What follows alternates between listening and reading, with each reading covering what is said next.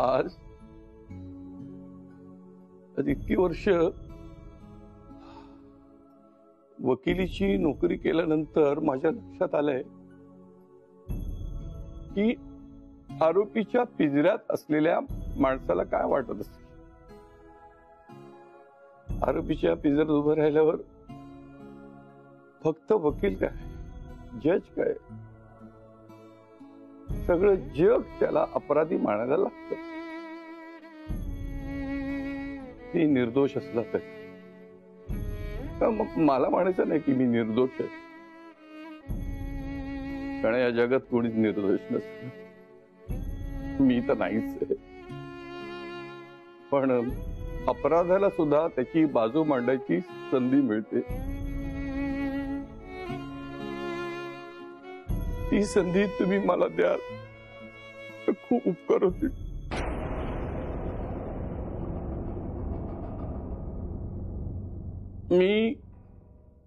मी गुन्हा केलाय, मी चूक केली, मी घोड चूक केली. तुमच्या लेखी मी पाप केलंय, पण मी प्रेम केलंय. खरं खुरं मनापासून जीवापाड प्रेम केलंय मी. जे प्रेम रंग, रूप, काळ, वेळ, वय काहीच पाहत नसतं. पण प्रेम आंधळं नसतं. प्रेम निडर असतं. त्याला ना कसली भीती असते, ना दडपण असतं, ना चिंता असते, ना काळजी असते.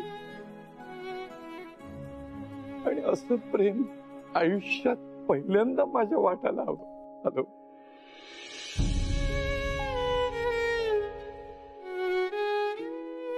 पण त्यावेळी माझ्या लक्षात आलं की माझं अर्ध आयुष्य घाबरण्यात, दडपणात, काळजी करण्यात आणि चिंतेत गेलंय.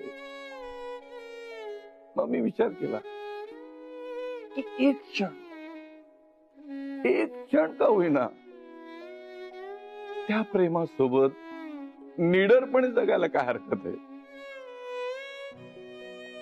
असा विचार करून मी पाऊल पुढे टाकलं आणि त्या क्षणाची 14 वर्ष कशी झाली, कधी झाली, मला काहीच कळलं नाही. प्रेमात माणूस जगाला विसरतो, पण मी तुम्हाला कधीच विसरलो नाही हो. कारण माझं गुल्लूवर, बिल्लूवर जेवढं प्रेम आहे ना, त्यापेक्षा कित्येक पटीने जास्त तुमच्यावर प्रेम केलं मी.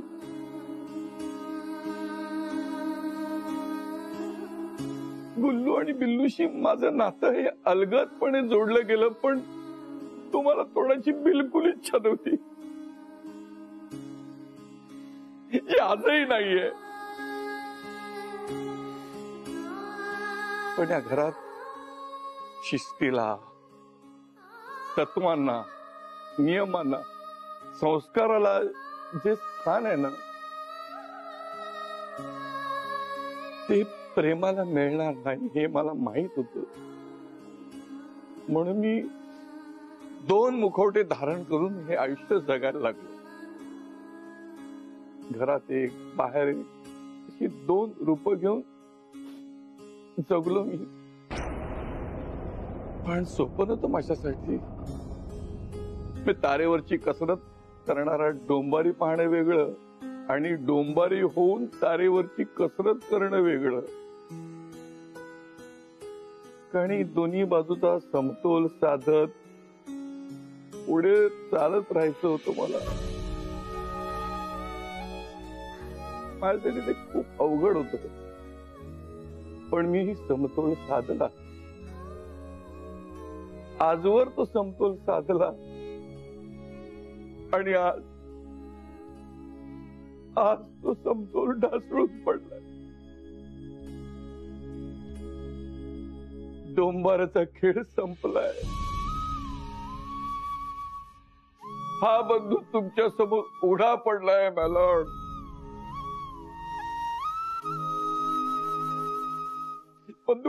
स्मार्ट असेल पण त्याचं मन खोटं नाहीये. त्याची पद्धत चुकीची असेल पण त्याची कृती चुकीची नाहीये. तेव्हा तुम्ही द्याल ती शिक्षा मी भोगायला तयार आहे.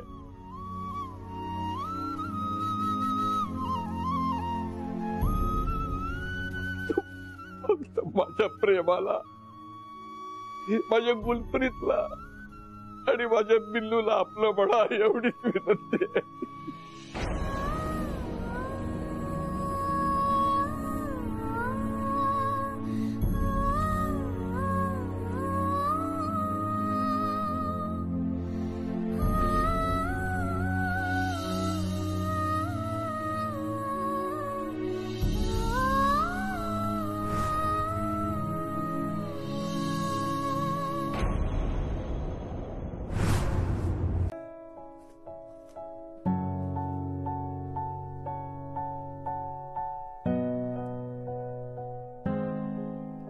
अपराध्याला कोर्टामध्ये आपली बाजू मांडायची परवानगी देतात, पण हे असं ढसाढसा रडून आणि डोळ्यातून अश्रू काढून न्यायाधीशाला पाझर नाही फुटत. मला तर नाहीच फुटणार, तुला माहिती.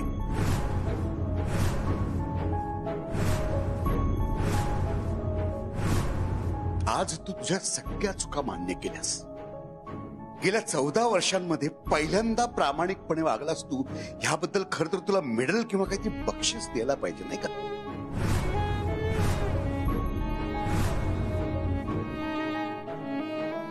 आणि मगाशी काय बोललास तू? प्रेम काय निडर असतं, म्हणून तू निडर व्हायचं ठरवलंस आणि ह्या बाईंच्या प्रेमात पडून त्यांच्याशी लग्न केलंस, की नाही? अरे जर का तू एवढा निडर होतास तर 14 वर्ष थांबलास का? इतकी वर्ष, इतकी धमक तुझ्या अंगामध्ये होती तर तोंड वर करून जसं आता बोलतोयस तसं 14 वर्षामध्ये आम्हा सख्ख्या भावंडांना एकदाही विश्वासात घेऊन तू हे सगळं सांगितलं का नाहीस? आता जरी तू कितीही बाता मारत असलास ना तरी तुझ्या मनामध्ये पाप होतं, भीती होती. होणाऱ्या परिणामांना तू घाबरत होतास, मला घाबरत होतास. नाही तर मला सांग की ही सगळी भीती आज कुठे चिपली रे? गेल्या 14 वर्षामध्ये जे हे तुझं प्रेम प्रकरण लपून छपून चाललं होतं ते आज का उघडं पाडलंस?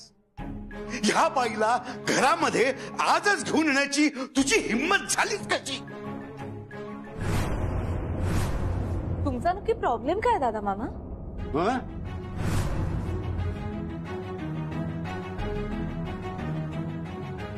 तुमचा प्रॉब्लेम काय नक्की? तुमच्या भावाचं कोणावर तरी मनापासून प्रेम आहे हा प्रॉब्लेम आहे? त्यांनी एका वेळेला 2 घरं सांभाळली, ती जपली हा प्रॉब्लेम आहे?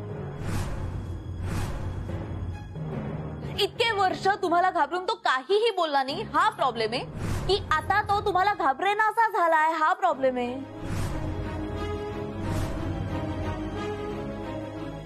दादा मामा प्रॉब्लेम यातला कुठलाही असला ना तरी सोल्युशन एकच आहे. बंधू मामा आणि गुल्लूला प्रेमाने या घरात ऍक्सेप्ट करणं.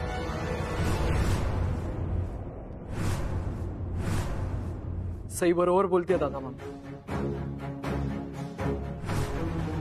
आपण 14 वर्ष मागे जाऊ शकत नाही, पण 14 वर्षांनी का होईना नव्याने सुरुवात करू शकतो.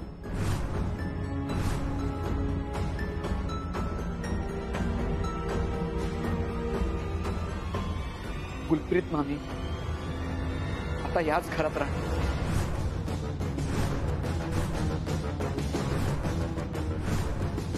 आपल्या बरोबर सई आणि मी. आता आम्ही शब्द दिलाय त्यांना.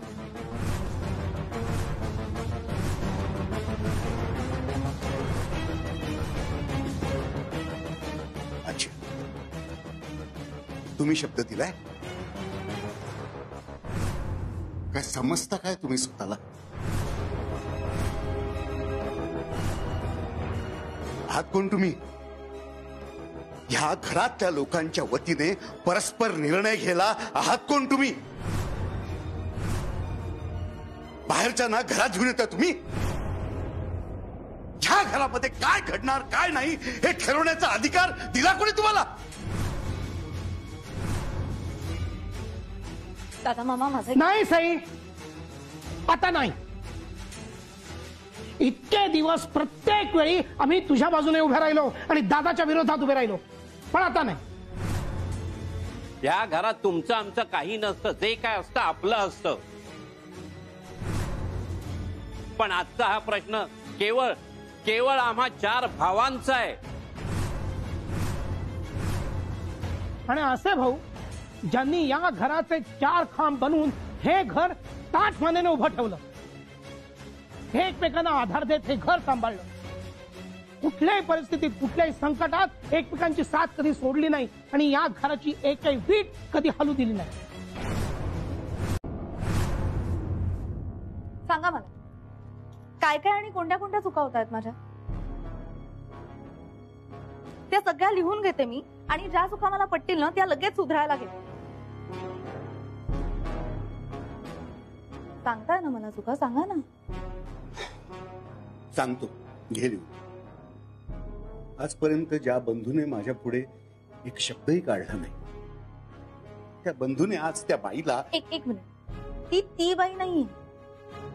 त्यांचं नाव गुलप्रीत असं आहे आणि ती बंधू मामांची बायको आहे. ती जी कुणी असेल ती, पण त्या बाईला ह्या घरामध्ये आणण्याची हिंमत बंधूने केली ती तुझ्या. अहो 14 वर्षात पूर्वी लग्न झालंय त्यांचं. त्या तेव्हाच सासरी यायला हव्या होत्या, त्या आत्ता आल्या, त्याच्यात माझी काय चूक आहे? हो, पण 14 वर्षापूर्वी घडलेल्या या लग्नाला मला न विचारता माझ्याशी न बोलता ह्या घराच्या वतीने मान्यता दिलीस तू. मामा हो 14 वर्षांपूर्वी त्यांचं लग्न झालं तेव्हा मी शाळेत होते. मग मी त्यांच्या लग्नाला मान्यता कशी देईन? त्यांच्या लग्नाला तेव्हा कोर्टाने मान्यता दिली. हो, पण त्यांना हा जो आत्मविश्वास दिलास त्याला कारणीभूत तू आहेस. तू फूस लावलीस. एखाद्या बिचाऱ्या सॅड आणि डिप्रेस्ड माणसाला मी जर का कॉन्फिडन्स दिला, आत्मविश्वास दिला, तर यात माझी काय चूक आहे? चूक आहे त्यांनी जे केलं ते, आणि त्याला तू बढावा दिलास हे समाजाच्या दृष्टीने चूक आहे. मग समाजाच्या दृष्टीने एका मुलीला पळवून आणणं आणि तिचं आपल्या भाच्याशी लग्न लावून देणं हे सुद्धा चूकच आहे. आणि ती चूक तुम्हीच केली आहेत ना दादा मामा. मग तशीच चूक जर का त्यांनी किंवा मी केली तर आमचं काय चुकलं त्याच्यात? तुमची गोष्ट वेगळी होती आणि यांची गोष्ट वेगळी. काही वेगळं नाहीये दादा मामा. हे तेच प्रेम आहे जे माझं आणि आदित्यचं होतं. तुम्ही माझ्याबद्दलचं प्रेम आदित्यच्या डोळ्यामध्ये पाहिलंय ना. मग तसंच प्रेम तुमच्या भावाच्या डोळ्यात एकदा तरी शोधून बघा ना. मग माझ्यामध्ये, बंधू मामांमध्ये, गुलप्रीत मामींमध्ये तुम्ही ह्याच्या सगळ्या चुका शोधताय ना, त्या तुम्हाला दिसेनाशा होतील आणि तुम्हाला कळेल की तुमची काय चूक होतीये. माझी चूक?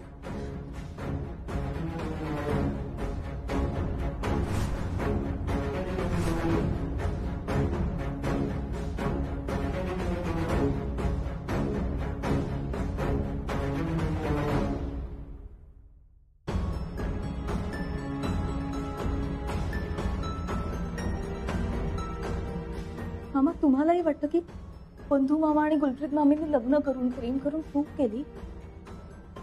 मी आणि आदित्यने त्यांच्या बाजूने उभं राहून चूक केली आणि तुम्ही सगळेजण हे प्रेमाने ऍक्सेप्ट कराल असं आम्हाला वाटलं. हे चुकलं का आमचं?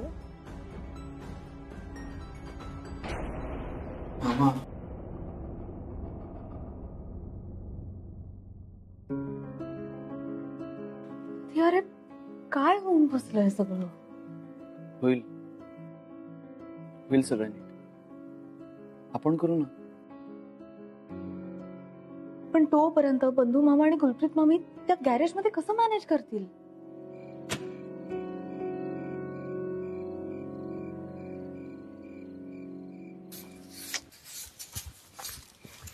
ओ जी, ये क्या कर रहे हो? तू काय करतेस? अब झाड़ू हाथ में लेके मैं हवाई जहाज तो नहीं चलाऊंगी ना. धूल मिट्टी साफ कर रही हूँ जी. मी तुझ्या आयुष्याची माती केली ही सगळी स्वप्न धुळीला मिळवली आणि आता हे असं वागून तू ना मला गिल्ट फील देतेस. इसमें कौन सी गिल्ट है जी? अगं हे माझ्यामुळे तुला हा त्रास सहन करावा लागतो. हा इथे गॅरेज मध्ये संसार थाटावा लागला तुला. मुझे बताइए, ये गराज में क्या खराबी है? क्या खराबी है? सर पे छत है, पैरों तले जमीन है, आपने मेरा हाथ थामा हुआ है, आपका साथ है, तो मेरे लिए सब चंगास है. अगं पण तुझी खरी जागा वसंत स्मृतीत आहे. हाँ, तो ये गराज भी तो घर का ही हिस्सा है ना. अब मुझे बताइए, पिंट्या जी दिन भर पसीना बहाकर यहाँ पे काम कर सकते हैं ना, तो मैं यहाँ काम क्यों नहीं कर सकती? और अगर काम के चक्कर में पिंट्या जी रात भर यहाँ रह सकते हैं, तो फिर गराज में मेरा गुजारा क्यों नहीं हो सकता? और पता है, इन सब बातों में सबसे बड़ी और चंगी एक बात है, बताओ, वो है कि आप मेरे साथ हो हमेशा हमेशा के लिए. तो फिर हम गराज में रहे या महल में, की फर्क पैंदा है? तुसी ना मेरी फिक्र ना किया करो. आप ना अपने भाइयों के बारे में सोचिए. मैं चाहती हूँ कि आप भाइयों में जो गिले शिकवे है ना, वो जल्द से जल्द दूर हो जाए. फार अपेक्षा ठेवू नकोस गुल्लू, कारण हे इतक्या सहजासहजी मिटणारं प्रकरण नाहीये. मी माझ्या भावांना ओळखतो बरं, आणि ते तेच करतात जे त्यांना बरोबर वाटतं. बंधू मामा, या पोळ्या घ्या खरंच, आणि आता पटापट रेडी व्हा. आणि दादा मामा ऑफिसला निघतील ना, त्यांच्याबरोबर तुम्ही सुद्धा निघा, त्याच रिक्षाने नेहमी सारखे. सई, आता रिक्षाचं सोड, मी आणि दादा एकमेकांसमोर येणार नाही आता. ठीक आहे, जैसी आपकी मर्जी. पण आता एवढ्या चहाचं काय करणार? वेस्ट थोडी ना घालवणार आहोत. द्या, मी ना हा चहा नेऊन तुमच्या भावांना देते. तसंही दादा मामांचा दिवस तुमच्या चहाशिवाय सुरूच होत नाही. आधी सुरू होत नव्हता, आता सगळं बदललंय ना. आजपासून दादा माझ्या हातचा चहा पिणारच नाही. तू का नको ते काही प्रयत्न करू नकोस, तू उगाच चिडेल. कदाचित आजच्या दिवसाची सुरुवात तुमच्या हातचा चहा पिऊन झाली नाही, यामुळे चिडतील ते.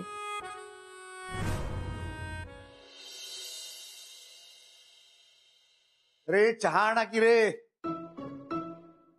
अरे चहा आणा, चहा. का तर सकाळचा चहा सुद्धा टपरीवर जाऊन प्यायला हवा. अरे पिंट्या, भाई, आदित्य गेले कुठे सगळे? चहा आणा. अरे काय काय काय झालंय? काय ओरडायला तुला? चहा कुठे सकाळचा? मला काय माहित? तुला काय माहिती? म्हणजे तू स्वयंपाक करत होतास ना? स्वयंपाक करायची टन माझी आहे, पण चहाची नाही. तू पिंट्याला तरी सांगायचं ना चहा करायला तेवढं. काय काय काय पिंट्या सकाळपासून घर झाडत होता, तरी कोणी बघितलं नाही. आणि हवा होता चहा तर आधी सांगायचं, केला असता मी. सांगायला कशाला हवं? काही गोष्टी स्वतःहून करायची अक्कल नको? अरे अक्कल आहे, पण माझ्या हाताला चव नाही ना. माझ्या हातचा चहा आवडत नाही तुला. तुला ते बंधू.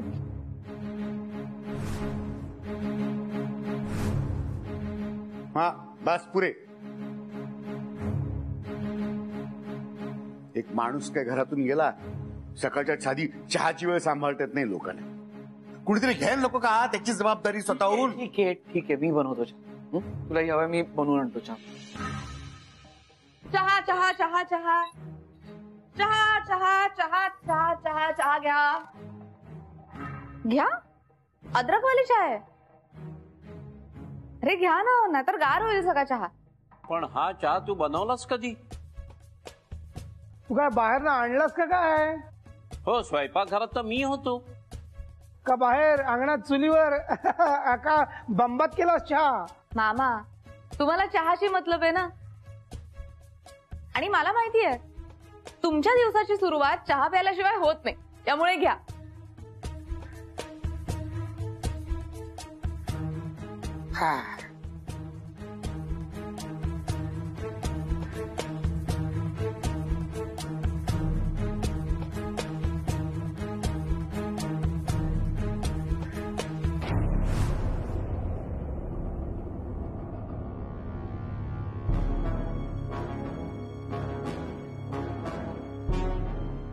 अप्रतिम. पण हा चहा तू केलेला नाहीस.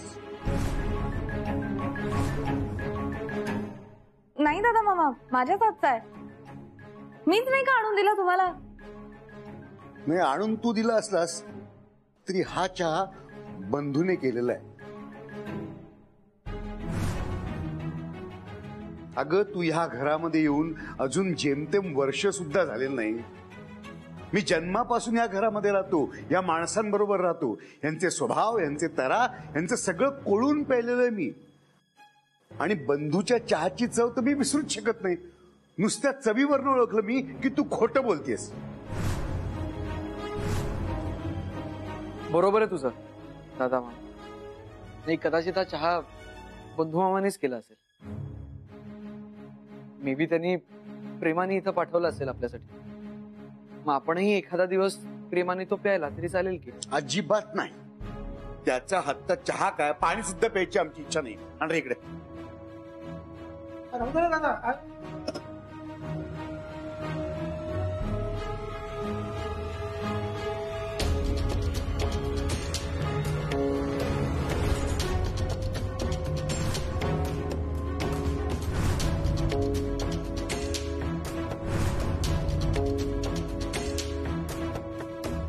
ज्या माणसाला या घरातून हद्दपार केलंय, मनातून हद्दपार केलंय, त्या माणसाचं नाव, विषय सुद्धा या घरात नको. संपर्क तर अजिबात नको. तुम्हाला दोघांना जर का त्याचा एवढा पुळका येत असेल ना, तर तुम्ही दोघं जाऊन राहा त्याच्याबरोबर गॅरेजमध्ये कायमचे.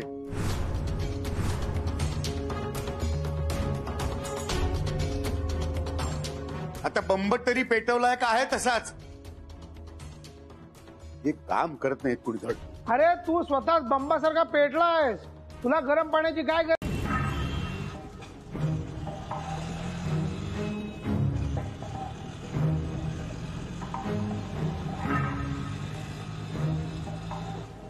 तुम्हाला जायचंय कुठे? गारोडिया कोर्ट नका. गारोडिया नगर. कोर्ट नाका जाना है. कोट नाका इकडे आणि गारोडिया नगर तिकडे. जायचं तू दोन्हीकडे आहे. तू एक काम कर, शनी मंदिराच्या इकडे थांब. हो, दोन्हीकडे सेम अंतर आहे. आम्ही जाऊ चालत तिकडनं. हो, थोडासा एक्सरसाइज होईल.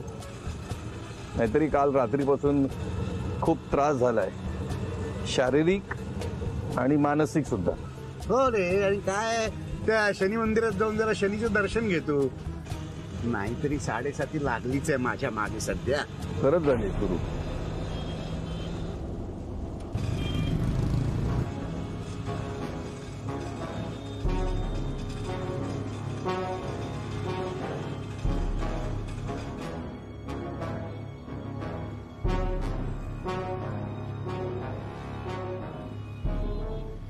किती झाले? 100 रुपये. मी देतो. का? वेगळ्या घरात राहायला गेलास म्हणजे जास्त मोठा समजतोस की काय स्वतःला? स्वेच्छेने नाही गेलोय. तूच घालवलंच घरातून बाहेर मला आणि माझ्या बायकोला. तुझ्या कर्माची फळं आहेत ती. जर का वेळीच मला विश्वासात घेऊन सगळं सांगितलं असतंस तर आज वेळ आली नसती ना तुझ्यावरती. अरे तेच बोलत कशाला वेळ वाया घालवतोय? मीटर वाढतंय. वाढू दे. जेवढे काही पैसे होतील ना ते मी देणार, ते द्यायला मी समर्थ आहे. मी सुद्धा पूर्ण पैसे देण्यास खमका आहे. हे घे. अरे हे घे. एक काम करा, तुम्ही दोघांनी अर्धे अर्धे द्या. ठीक आहे. हे घे. हे घे.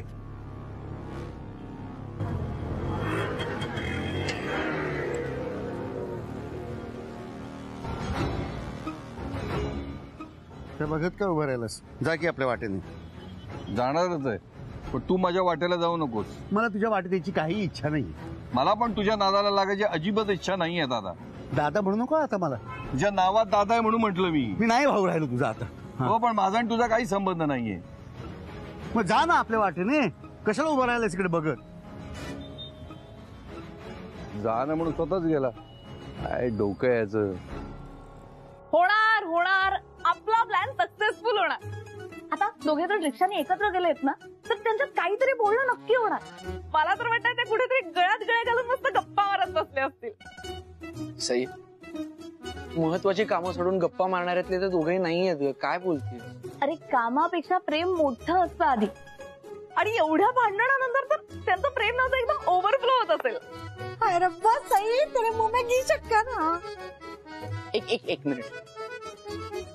हे आपण शक्कर टाकलेले खयाली पुलाव खाणं जरा बंद करूयात आणि खरंच त्या दोघांबरोबर नक्की काय घडतंय हे आपल्याला कसं कळेल याचा विचार करूया. अगर ऐसा कुछ हुआ होगा ना तो ये बड़े खुश होंगे. और खुशी की घड़ी में ना ये मुझे फोन करते ही करते। हाँ फोन।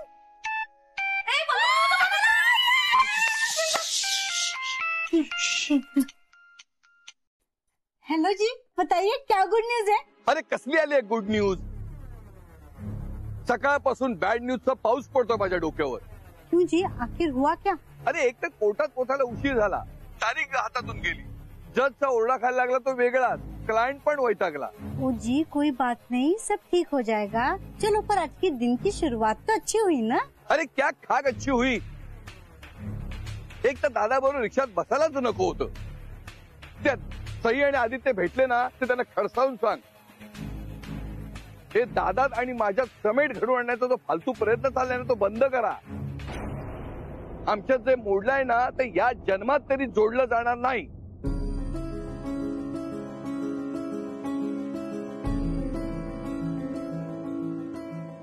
आपण यांचा नाद सोडून देऊया का?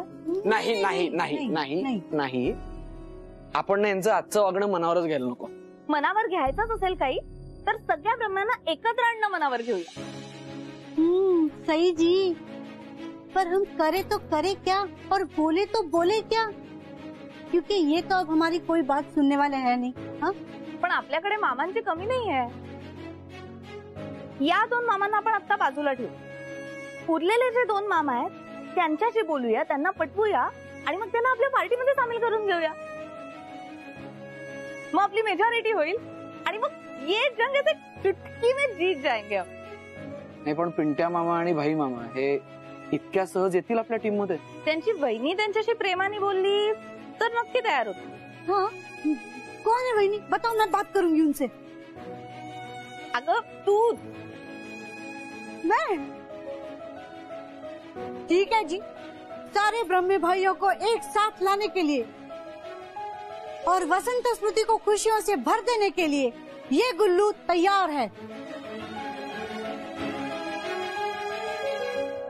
तू जे काय ब्रह्मे ब्रह्मे म्हणतोस ना ते कोण आहेत रे ब्रह्मे? असे कितीचे ब्रह्मे आहेत जगात? रक्ताने जोडलेले फक्त 5 ब्रह्मे आहेत. आप्पाने गुलप्रीतला सून आणि बिल्लूला नातू मानलंय. माझे 2 भावी समजून घेतील, माझा तर प्रश्नच नाही. उरला कोण ब्रह्मे? तू दादा, फक्त तू. तू किती दिवस अडून बसणार आहेस रे? अरे कधी मान्य करणार आहेस माझं लग्न? कधी आपलंसं करणार आहेस माझ्या बायकोला आणि मुलाला? कधीच नाही. मेलो तरी मी तुझं नातं मान्य करणार नाही. आपल्या दोघांमध्ये फरक काय माहिती? मी चुकीच्या बाईला घराच्या बाहेर काढलं आणि तू चुकीच्या पद्धतीनं नातं जोडून चुकीच्या बाईला, नको त्या बाईला घरामध्ये आणलंस, जिच्यामुळे आज आपलं घर मोडकळीला आलंय.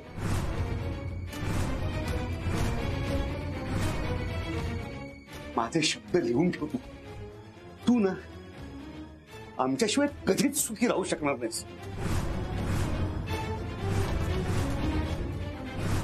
आणि ती बाई आणि तो मुलगा तुला आमच्या बरोबर राहण्याचं सुख कधीही मिळवून देणार नाही.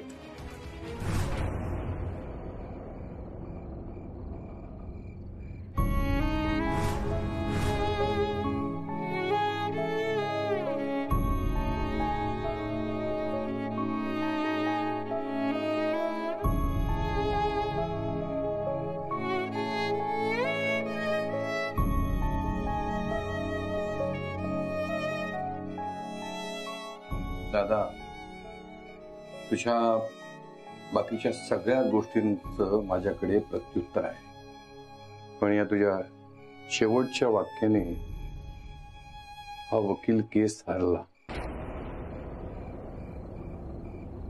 तुझं म्हणणं मला पटतंय दादा. आता मी एक असा निर्णय घेणार आहे, त्यापासून मी कधीच मागे फिरणार नाही.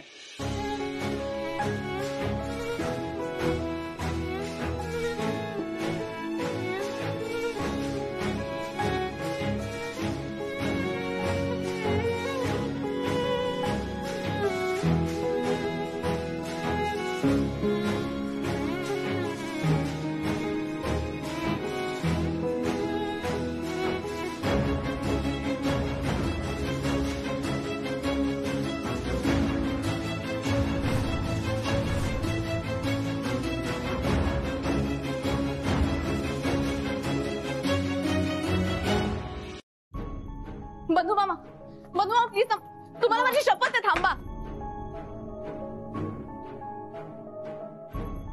बंधू मामा सॉरी, कान पकडून सॉरी, हात जोडून सॉरी, बसलं तर पाया पडूनही सॉरी, पण तुम्ही थांबतच नव्हता म्हणून मग मी.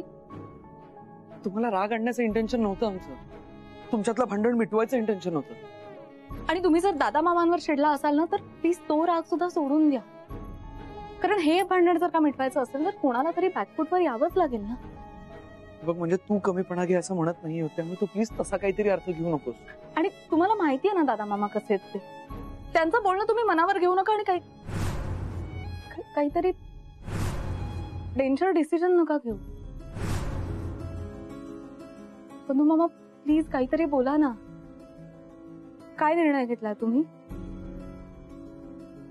बरं ठीक आहे, नको सांगू, पण जो काही निर्णय घेतलास तो आपल्या घरातल्या सगळ्यांच्या भल्यासाठीचा आणि आनंदासाठीचा घेतलास ना, हो ना?